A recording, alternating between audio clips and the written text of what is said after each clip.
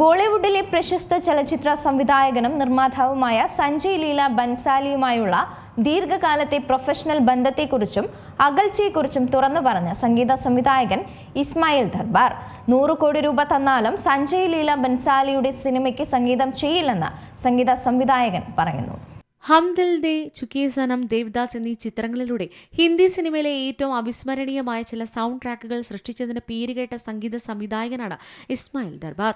ചലച്ചിത്ര നിർമ്മാതാവ് സഞ്ജയ് ലീല ബൻസാലിയുമായുള്ള ദീർഘകാല പ്രൊഫഷണൽ ബന്ധത്തെക്കുറിച്ചും ഇവർ തമ്മിലുള്ള പിണക്കത്തെക്കുറിച്ചും ഇസ്മായിൽ തുറന്നു പറഞ്ഞു. ഇന്ന് സഞ്ജയ് വന്ന് ദയവായി എന്റെ സിനിമയ്ക്ക് സംഗീതം ചെയ്യൂ, ഞാൻ നിങ്ങൾക്ക് 100 കോടി രൂപ തരാമെന്ന് പറഞ്ഞാലും ഞാൻ ഇവിടെ നിന്ന് പുറത്തേക്ക് പോകാൻ പറയും. ഹീരാമണ്ടി ദി ഡയമണ്ട് ബസാർ സീരീസിന്റെ നട്ടെല്ല് ദർബാറിന്റെ സംഗീതമാണെന്ന് ഒരു ലേഖനത്തിൽ പ്രശംസിച്ചതോടെയാണ് അവർക്കിടയിലെ തൊഴിൽപരമായ ബന്ധത്തിൽ മാറ്റങ്ങൾ വന്നത്. റിപ്പോർട്ടിൽ താരനിരെ അംഗീകരിച്ചിരുന്നുവെങ്കിലും ഷോയുടെ ഏറ്റവും ശക്തമായ ഘടകമായി സംഗീതത്തെയാണ് എടുത്തു കാണിച്ചത്.